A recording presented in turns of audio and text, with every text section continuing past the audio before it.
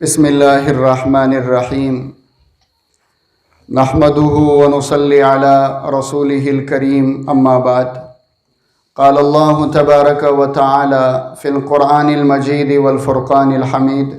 اعوذ باللہ من الشیطان الرجیم بسم اللہ الرحمن الرحیم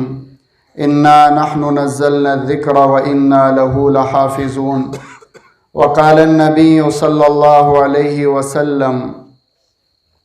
ان اللہ لا ينظر الى اجسامکم ولا الى صورکم ولكن ينظر على قلوبکم واعمالکم او كما قال رسول اللہ صلی اللہ علیہ وسلم صدق اللہ العظیم وصدق رسولہ النبی الکریم ونحن على ذلك لمن الشاہدین والشاکرین۔ قابل صد احترام حضرات علماء کرام، حفاظ عظام، بزرگوں، عزیز نوجوان ساتھیوں اور پٹن شہر کے بہت ہی معزز اور موقر حضرات، مدرسہ عربیہ معز العلوم کا یہ 41واں مختصر سالانہ جلسہ عام ہے جس میں ہم سب لوگ شریک ہیں۔ دعا کرے کہ اللہ تعالی ہم سب لوگوں کی شرکت کو قبول فرمائے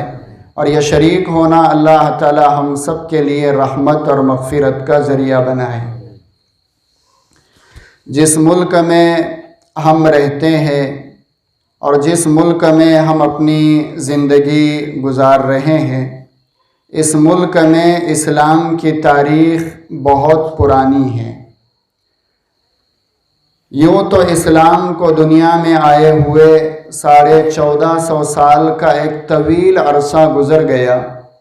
لیکن نبی اکرم سرکار دو عالم صلی اللہ علیہ وسلم کے دنیا سے رخصت ہو جانے کے بعد 100 سال کا عرصہ بھی نہیں گزرا تھا کہ ساحلی راستے سے 25 صحابہ کرام ہمارے ملک ہندوستان میں تشریف لائے تھے۔ اس اعتبار سے اگر دیکھا جائے تو اس ملک میں 1350 سال پرانی اسلامی تاریخ ہے۔ جس ملک میں مسلمانوں نے قدم رکھا تھا، ایمان اور اسلام کی بنیاد پر رکھا تھا، اللہ کے احکامات اور نبی اکرم سرکار دو عالم صلی اللہ علیہ وسلم کی روشن سیرت اور روشن تاریخ کی بنیاد پر رکھا تھا، اس ملک میں حالات کیسے بھی آ جائے اور ماحول کتنا بھی خراب ہو جائے، اللہ کی ذات سے امید ہے کہ قیامت آ سکتی ہے لیکن اس ملک سے اسلام اور مسلمان ختم نہیں ہو سکتے۔ کیوں؟ کہ اس ملک میں جب ایک بندہ بھی ایمان والا نہیں تھا، ایک آدمی بھی مسلمان نہیں تھا، 1450 برس پہلے میرے اور آپ کے آقا تاجدار مدینہ حضرت محمد صلی اللہ علیہ وسلم نے صحابہ کی ایک مجلس میں فرمایا تھا کہ مجھے ہندوستان کی طرف سے اسلام اور ایمان کی خوشبو آتی ہے۔ جب آقا نامدار صلی اللہ علیہ وسلم نے مدینۃ المنورہ اور مکۃ المکرمہ کی سرزمین پر اس ملک کے ایمان اور اسلام کی خوشبو سونگھی ہے تو اس کا یہ مطلب ہے کہ قیامت تک اس ملک میں ایمان اور اسلام کی روشنی کو اللہ باقی رکھے گا اور اس روشنی کو کوئی مٹا نہیں سکتا، کوئی ختم نہیں کر سکتا۔ کسی نے کہا نہ کہ ہے قول خدا قول محمد، فرمان نہ بدلا جائے گا، بدلے گا زمانہ لاکھ لیکن قرآن نہ بدلا جائے گا۔ قرآن نہیں بدلے گا، اس کا مطلب یہ ہے کہ ایمان والوں کو کوئی ختم نہیں کر سکتا، اسلام کی جڑوں کو کوئی اکھاڑ نہیں سکتا، قرآن ختم نہیں ہوگا۔ اس کا مطلب یہ ہے کہ قرآنی تعلیم ختم نہیں ہو سکتی، قرآنی احکامات ختم نہیں ہو سکتے۔ قرآن تو ختم ہونا بہت دور کی بات، قرآن کے ایک نقطے میں اور قرآن کے زیر زبر میں بھی کوئی فرق نہیں ہو سکتا۔ ہزاروں لوگ شیطان اور ابلیس کی شکل میں اٹھیں گے،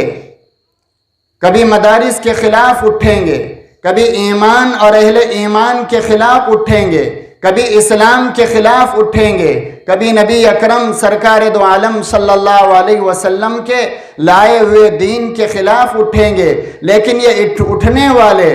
زمین میں دفن ہو جائیں گے، زمین سے اسلام اور قرآن ختم نہیں ہو سکتا۔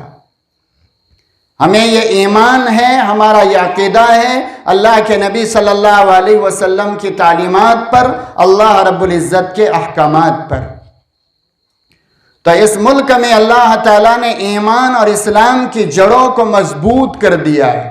آپ تصور کیجئے کہ جب اللہ کے نبی صلی اللہ علیہ وسلم اسلام کا کلمہ لے کر دنیا میں تشریف لائے تھے، اکیلے اللہ کے نبی صلی اللہ علیہ وسلم تھے، ان کے علاوہ پوری دنیا میں کوئی مسلمان نہیں تھا۔ آج اللہ کا فضل ہے کہ کروڑ کروڑ کی تعداد میں پورے دنیا میں مسلمان اپنی ایمانی شان اور شوکت کے ساتھ زندگی گزار سکتے۔ مسلمان کسی زمانے میں چاہے کتنا ہی گیا گزرا کیوں نہ ہو، وہ جان کی قربانی تو دے سکتا ہے، مال کی قربانی تو دے سکتا ہے، لیکن اللہ کے نبی کے دین میں اور اللہ کے قرآن میں رتی برابر، ذرہ برابر بھی فرق کو اور تبدیلی کو برداشت نہیں کر سکتا۔ یہی وجہ ہے کہ ایک سرفراہ بندہ آج کے زمانے میں اٹھا اور اس نے عدالت میں یہ چیلنج کر لیا کہ قرآن کریم کی 26 آیتوں پر غور و فکر کیا جائے اور اس کو قرآن سے نکالا جائے۔ سارے مسلمان اس کے دشمن تو بعد میں بنے، پہلے اس کے سگے بھائی نے کہا کہ ہمارا بھائی پاگل ہو گیا ہے، نہ اس سے ہمارا کوئی تعلق ہے، نہ ہماری ماں کا اس سے کوئی تعلق ہے، اور آج ہی ہم اس بات کا اعلان کرتے ہیں کہ اگر ہمارا بھائی اسی عقیدے کے ساتھ مر گیا تو میں نہ اس کے جنازے میں جاؤں گا، نہ میری ماں اس کے جنازے میں جائے گی۔ اس سے بڑی مثال کیا ہو سکتی ہے؟ کوئی قرآن کے اوپر آواز اٹھائے اور سگا بھائی رشتہ ختم کر دے، حقیقی ماں رشتہ توڑ دے، اس سے بڑی دلیل قرآن کریم کی زمین کے اوپر آسمان کے نیچے کیا ہو سکتی؟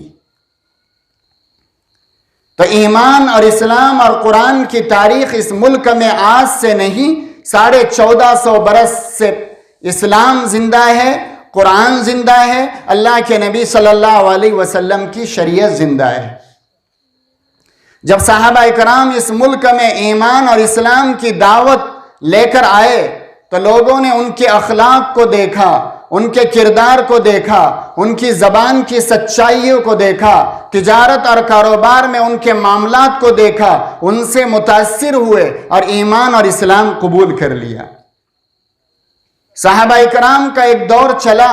اس کے بعد اولیاء اللہ کا دور چلا، بزرگان دین کا دور چلا۔ اس ملک میں ایک وقت وہ بھی آیا کہ دین الہی کا فتنہ اس ملک میں کھڑا ہوا۔ اکبر نامی شخص نے ایک نئے دین کا اعلان کیا، اور نئے دین کا اعلان جب اس نے کیا تو نئے دین کا نیا کلمہ بھی بدل ڈالا۔ جب اکبر تخت اقتدار پہ آیا اور اس نے مسلمانوں کو اور اسلام کو چیلنج کیا اور کہا کہ اللہ کے نبی جو دین لے کر آئے تھے اس کی مدت 1000 سال کی تھی، اب 1000 سال مکمل ہو چکے ہیں، اب یہاں سے ایک نیا دین شروع ہونا چاہیے۔ سب سے پہلے اس نے لا الہ الا اللہ محمد الرسول اللہ اس کلمے کو بدل کر فرمان جاری کر دیا کہ اب لا الہ الا اللہ محمد الرسول اللہ نہیں، نعوذ باللہ لا الہ الا اللہ اکبر خلیفۃ اللہ پڑھا جائے گا۔ اور پورے ملک میں اس کلمے کے پڑھنے کا رواج عام ہو گیا۔ جو بادشاہ کے ہم نوا تھے، بادشاہ کا نام لینے والے تھے، بادشاہ کی طاقت اور قوت سے ڈرنے اور گھبرانے والے تھے، انہوں نے لا الہ الا اللہ محمد الرسول اللہ کو چھوڑا اور لا الہ الا اللہ اکبر خلیفۃ اللہ پڑھنے لگے۔ اس کے فتنے کا اس ملک میں اگر کسی نے مقابلہ کیا تو شیخ احمد سرہندی مجدد الف ثانی رحمت اللہ علیہ نے مقابلہ کیا۔ شیخ احمد سرہندی مجدد الف ثانی رحمت اللہ علیہ کسی یونیورسٹی اور کالج کے پڑھے ہوئے نہیں تھے، ایسے ہی مدرسے کی پھٹی چٹائیوں پر بیٹھ کر علم حاصل کرنے والا وہ مرد مجاہد تھا کہ بادشاہ وقت کے سامنے اس نے بادشاہ وقت کو للکارا اور ڈٹ کر مقابلہ کیا کہ دنیا کچھ بھی ہو جائے، چاہے میری جان پر آ پڑے، لیکن نہ میں تیرے کلمے کو قبول کرتا ہوں نہ تیرے دین کو قبول کرتا ہوں۔ ہر فتنے کا مقابلہ اس ملک میں اگر کسی نے کیا تو مدارس دینیہ کے پڑھے ہوئے علماء نے کیا ہے، چاہے فتنے مودودیت ہو، چاہے فتنے قادیانیت ہو، چاہے آج کے زمانے میں شکیل بن حنیف کا فتنہ ہو، چاہے اس ملک میں انگریزوں کا فتنہ ہو، جو بھی فتنہ سر ابھار کر کھڑا ہوا، اگر اس کا مقابلہ کسی نے کیا تو انہی مدارس کے پڑھے ہوئے علماء کرام نے کیا ہے۔ خیر، ایک وقت وہ آیا کہ اکبر کے بعد جہانگیر اور اس کے بعد اس کی پشت میں کوئی بندہ اقتدار پر آیا اور اس نے مجدد الفسانی رحمت اللہ علیہ کو جیل میں قید کر دیا۔ اللہ والے کیا ہوتے ہیں، یہ جیل میں قید بھی ہوتے ہیں لیکن اللہ کے سامنے آہ وزاری کرتے ہیں۔ اور بندے جیلوں میں قید ہوتے ہیں، ان کو اپنے جان کی فکر ہوتی ہے، بیوی بچوں کی فکر ہوتی ہے، لیکن جو علماء بوریا نشین ہوتے ہیں، جن کے سینے میں قرآن اور حدیث کا علم ہوتا ہے، جو احکام شریعت پہ چلنے والے ہوتے ہیں، وہ جیل کے قید خانوں میں بھی اور قید و بند کی صحبتوں میں بھی اللہ کی یاد تازہ کرتے ہیں، آہ وزاری کرتے ہیں، اللہ کے سامنے مناجات کرتے ہیں۔ شیخ الہند حضرت مولانا محمود الحسن دیوبندی رحمت اللہ علیہ نے پورے قرآن کریم کا ترجمہ جیل میں لکھا ہے۔ شیخ الاسلام حضرت مولانا حسین احمد مدنی رحمت اللہ علیہ نے پورا قرآن کریم زبانی یاد جیل میں کیا ہے۔ یہ ہمارے علماء کی مدارس کی تاریخ ہے۔ ایک وقت وہ آیا کہ مجدد الفسانی کو بند کیا گیا جیل میں۔ یہ رات میں اٹھے اور رات میں اٹھنے کے بعد اللہ کے سامنے آہ وزاری کرنے لگے، اللہ کے سامنے رونے لگے۔ جب انہوں نے مصلی بچھایا، اللہ کے سامنے رونے لگے، آہ وزاری کرنے لگے۔ ادھر جہانگیر کو خواب میں اللہ کے نبی صلی اللہ علیہ وسلم کی زیارت ہوئی